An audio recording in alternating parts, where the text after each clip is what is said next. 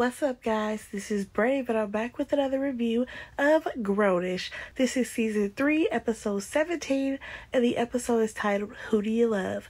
Let's go ahead and talk about this episode, as well as our feelings about the overall second half of this season. Okay, so we start the episode off with the graduation ceremony that was supposed to be happening for Aaron, because he's the only one of the crew who was actually a senior, which I've always thought was very strange, because like y'all couldn't, mix up the group. Like Nomi could have been an upperclassman, maybe even what's Diggy's character? Doug could have been an upperclassman. Like they could have just like mixed it up, but they didn't. So this is supposed to be Aaron's graduation, and they're starting to call the names of the graduates and nobody's coming forward. I'm like, okay, this is kind of weird. So next thing you know, Aaron gets on stage and he's like, oh, the class wants me to speak. And he goes on about how the college basically wanted to pay him off so that he would sign an NDA and not speak about, how they're spending money on private prisons. So next thing you know, he rips up the paper. He has other students stand with him because they're all in this together. And I can't lie, the scene was really cute. However, this would never fly in the real world. And the reason why is because a lot of those students, they've worked hard to get their degree. They're going to walk across that stage. Regardless of what's going on, they're going to walk across that stage and get their diploma. Let's call it a thing. I love that this show has big dreams, but sometimes I feel like they go so far above and beyond that it's unrealistic. So for me, this scene was very unrealistic. Like, to me, it would have been better if, I don't know, maybe if they didn't show up at all. It just was whatever. Because my point on Aaron trying to stand up for this college is that you're already graduating. At that point, you have nothing to do with your college any longer. And I wish that people would realize that. Because this is no different than when you leave your high school. Once you leave high school, you never have to step foot in that place again. Same thing with college. He never has to step foot in that place again, and he can disassociate himself with that college. This whole, I'm going to fight for, the school to not pay for private prisons. Okay, like, they're not going to care about what you have to say. You've already graduated from this school. They've already collected their money from you because you've already paid tuition. What else is going to happen for you? Like, I can understand if maybe this was his fight during, like, sophomore year he realized this. But for it to happen in the end of him, like, graduating, it doesn't make sense for me. Now, I will say that I was glad that Mr. Telfie decided to stand with the students, because for a moment, I thought that he wasn't even going to be on Grownish anymore. But I'm glad to see that he was back to stand with the students. He's always, trying to be on the right side of justice, even though half the time, Charlie can be a lot. So with all of that happening, we do hear the voiceover of Zoe talking about how, this broke history and all this stuff. But I'm like, that would have gained national news if an entire college class of students decided to not walk the stage. But you know what? We're going to let this ride. Okay, so now we see that there's like this huge celebration for Aaron graduating. Don't even understand how they set this up for it to be a celebration for just Aaron graduating, but whatever. So he's hanging out with his boys, Vivek and Doug is already talking about how he trying to mix liquor. He trying to get toe up tonight. So partially because of his own emotions, as well as because of what, celebrating Aaron graduating. Aaron, he doesn't want to drink because he's already in his feelings. Because he has to tell his boys that he cheated with Zoe. So after he lets that cat out of the bag, they end up talking about how, what type of lover Zoe is.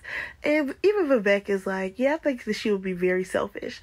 And I was like, yeah, that does kind of fit Zoe's personality. Just because Zoe is very self-centered and all about herself. But that's not the case for him. But now we have a scene of Zoe, Jazz, and Anna. And Zoe's like, oh, I shouldn't be here right now because Rochelle basically said that me and her should be besties and blah, blah, blah. And I'm like, girl, but you're still friends with Aaron. So wouldn't it make sense for you to be here to celebrate him? Regardless of his, current girlfriend, because she thinks that all of y'all are cool. But, Zoe still is making things about her. So, next thing you know, Rochelle walks up and Zoe is like, Rochelle, gives her this giant hug and is like holding her. And I'm like, girl, you're just making it worse. You're making it worse. So she even realizes that, this is awkward.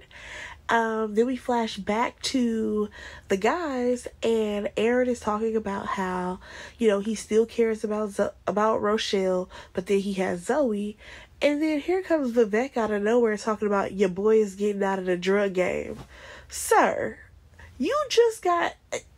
I'm sorry, but the thing about Vivek is that he literally has been selling drugs since we met him. Then, and I swear, in the middle of like season 2 or something, maybe even the end of season 1, I can't remember. I could have swore he stopped selling drugs because we never saw Vivek. No one mentioned him selling it, and Vivek never mentioned or did anything to make me think that he was still selling drugs. Then randomly at the end of this season, we bring back the whole drug thing again. Whatever. So Vivek's talking about he gonna get out the game. Yeah, okay. So now we have Doug being the voice of reason and giving some sound advice to Aaron, saying listen, if your heart not fully in this and you're not 100% sure that you really have love for this girl, don't be trying to lead nobody on, or don't sit up there and try to spare somebody's feelings and it wasn't even worth it. You know what I'm saying? I was like, okay, Doug, I see this. I see you. So we do see a small little clip of Doug and Jazz. Jazz comes up and it's just like, I don't know if I've told you that I love you lately, but I do. And tonight I can't wait for us to unpause. So now he's like, oh, well, I'm going to need a shot for me and my girl. Keep in mind, Doug has already been drinking prior to this shot. Alright, so we had Zoe talk to Aaron. They ended up running into each other. I'm like, shouldn't they speak to each other? Considering she's at his party, but whatever. This shouldn't have been as awkward as it was, but we know Zoe loves to make things awkward. She was just talking about how, he looked great on TV and all this stuff. And I'm like, but why did you not go to the graduation? I'm trying to understand why Zoe, of all people, her, maybe the rest of the friends, why didn't they go to the graduation, considering it's their classmate, and I'm pretty sure they could go. Whatever. Not even gonna go there. So, next thing you know, before he can really get into details about, what happened between them, Rochelle calls him over and is like, babe, you gotta see this. Come to find out, Cal U is divesting. So, it all worked out, of course. His plan went great. So, everybody's cheering, everybody's happy. He's over here kissing Rochelle right in front of Zoe's face. So now her little heart is just breaking away. And I'm just like, girl, what did you expect? Alright, so since her little heart was broken, our girl Zoe decides to go home. So when she gets there, Luca is there out here making a vision board, even though that's not what he wanted to call it. And he just talks about how, at the top of the year, he was working on his clothing line, and then everything kind of stalled for him. And then Zoe comes back with saying that she ended up quitting her styling job with Zoe. She was getting homesick, and, things just weren't working out for her. She was getting in over her head. So here's my only thing about this whole thing about her quitting her styling job, blah, blah, blah. Zoe, you know what? I want to hold that thought until we get to the end so I can talk about each character and what I think about them this second half of the season. So Zoe ends up talking about how she was thinking about enrolling back at Cal U, but she's messed things up so badly. And I'm like, girl, Erin's graduating, first of all. Secondly, the show should have made Rochelle be a senior as well, because it doesn't make sense for her to be the same as Zoe. And what does that have to do with you furthering your education? Like, girl, whatever, Zoe. So next thing you know, she has to tell him that her and Erin have been together, and he's like, wait, wasn't he in like a situation or whatever? And she's like, yeah, it's complicated. And he's like, no, it's not really complicated. You two deserve each other. Basically saying, both y'all trifling, so y'all should be together. It works out. Next thing you know, Jazz and Doug come into the house, and Doug is drunk. Because he was doing what? Mixing the brown with the light. As we all know, you shouldn't do that. So he's drunk. He sees Zoe, and he's like telling her something about her sex life. So then Zoe's like, how much did this guy drink? And Jazz is like, a lot. So he looks at Luca, and he's like, hey, did you know that Jazz had sex with somebody else? And of course, now that makes her feel some type of way, because first of all, he's putting her business out there on Front Street, telling Luca, who doesn't need to know this information.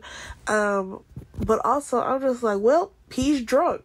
Drunk people just say any old thing, and that's just what it is. So at this point, we see that Luca is leaving, and Zoe tries to catch him. Is like, hey, wait a second, because what was that what you were saying about me and Erin deserve each other? I took it offensively. And he's like, okay, I came to terms with this a long time ago, that when I asked you when we were dating for like a year, did you have feelings for him? You kept saying no, but like clearly you did. So Zoe's like, no, I didn't have, feelings for him, I guess, at the time. But I'm like, girl, you always have feelings for Erin. What happened between you and Erin was that he ended up messing with your homegirl at the same time when you was with Luca. So girl, don't even try to play this game. So Luca goes even further into this and is like, listen, it's messed up that you and Erin want to take Rochelle on this up and down roller coaster ride, and she's a passenger that she doesn't even know, because as we know, Rochelle has no idea about Zoe and Erin hooking up together. And Luca is absolutely right. I love that he's calling Zoe out, because someone needs to, because clearly her own friends don't even call her out on her foolishness. So Zoe's comeback, though, is, well, I don't know if there's even ever going to be a me and Erin, because I'm not sure if I'm going back to Cal U. What does Cal U have to do with you and Erin? College has nothing to do with your relationship. You met this man at Cal U. That has nothing to do with if you see him outside of this school. Because, like, it drives me nuts that the way this show is written, they bring everything back to Cal U, when it's not like they don't live on campus. So I don't even understand that. The fact that Zoe is out here hanging around Cal U as if that's the place to hang out, it's really not. Like, she's 21 right now? 21 or something? You can't find no other place to hang out besides the college campus that you don't attend? Please know that nobody hangs out on a college campus that they do not attend just for the fun of it. But I digress. So, her saying that she's not sure if she's gonna, go back to Cal U. I'm like, okay, and neither is Erin. Erin has graduated. He should be moving on to an internship, to a job, to something else, figuring out his life that's not at Cal U. So Luca ends up ending the conversation by saying, listen, wherever you go, basically, this same drama is gonna follow you, because girl, that's just who you are. So she ends up in the next scene texting what's this guy's name, Aaron, if he was up. And of course he responds. Next thing you know, here comes a conversation. So basically, Zoe has come over to apologize for, even getting this whole situation started. She apologized for having her feelings be so up and down over the years. She apologized for, basically ruining their friendship by them hooking up. And he's like, well, we're adults. It took two to tango, and both of us, we're involved in this together. And she's like, well, I'm going to go ahead and pull the possibility of us being together off the table. So basically, she lets him know that she can't start their love story the way that it is right now because it is jacked up. You basically would be taking a guy from his girl. Like, you would literally be the girl who came between him and his current situation. And that's messed up because it wasn't like him and Rochelle had already broken up. No, like, you were the girl who came in between that. So with that, she says, maybe there's a chance in the future they could be together. But as of now, this is what it is. And she gets in her car. So now we see Jazz and Doug. Doug is waking up. He has a headache because, of course, he definitely has a hangover. So Doug basically is like, hopefully I didn't say anything too crazy. And I know we were supposed to be hitting pause on our relationship. And she's like, yeah, I'm not really worried about that. But you did say some crazy things. And he's like, did I call Nomi's baby ugly? I'm sorry. But that was kind of funny to me. And she's like, yeah, you said that. But you also brought up the fact that I slept with Ricky or whatever. And he was very honest in this moment. He's like, I've tried to get over it, but I cannot get the thought of you two out of my head. And, it's probably going to take some time for that.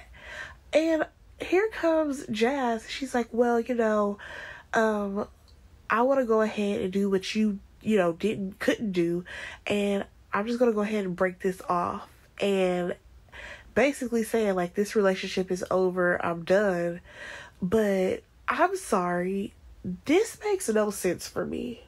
I don't understand why she would expect for him to get over this so quick. And honestly, I feel like a lot of people who watch this show, I've seen comments, they're like, Doug needs to get over it, Doug needs to get over it, blah, blah, blah. Now, let's not act like if these roles were not reversed, and if he was the person who cheated and she was still in her feelings about hearing about him cheating, we would still be on her side and be like, oh my gosh, she's going through this. He cheated on her. That's a lot for her to deal with. That's how we would respond. So I feel like I'm not understanding why everyone has been, commenting and talking about how Doug should have gotten over it by now, because that was technically still fresh. But whatever. So also the fact that they're not even really like together, they're kind of together. So I feel like they were never in like that spot to where he could fully put into motion that we're going to make it work, we're back together. But, he just kind of took it and held his hand in his head. I feel like he was probably crying because the relationship was over. And that was pretty much where this episode kind of ended, I guess you could say, as far as like what, situations were happening, because next we get like a montage. So we see Aaron, he's, proud of himself for graduating. He's looking at his diploma. And then we have, who was next? Luca, he was actually FaceTiming, what was her name? Jillian. I was about to call her Ryan. He was actually FaceTiming Jillian. So, maybe they're going to be rekindling their relationship. And of course, after that, we see Doug and Jazz. They just kind of like walk past. Well, he was sitting there and she just kind of like walks past him or whatever. They don't speak to each other, no nothing. I'm trying to figure out where he was and why he looked like he was writing in a notebook, because baby, school's over. Why are you writing in notebooks? But whatever. Then we see that Zoe is out here enrolling in classes because I guess, she's going back to Cal U. Wouldn't this make her a year behind her friends? But, whatever. I'm gonna let this ride. Her and Nomi are technically at least a good semester behind everybody.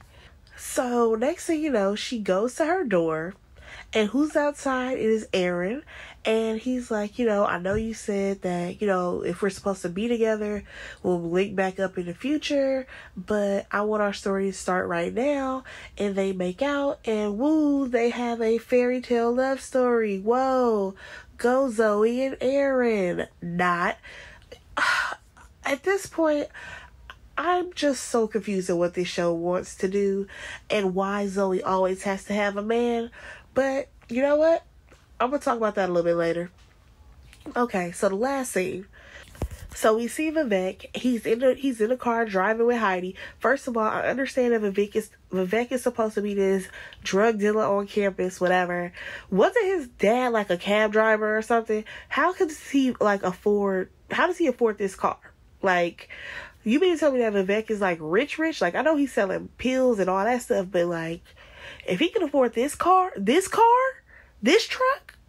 baby, Vivek must be paying the whole rent over there at the house too. Because, he got all the coin.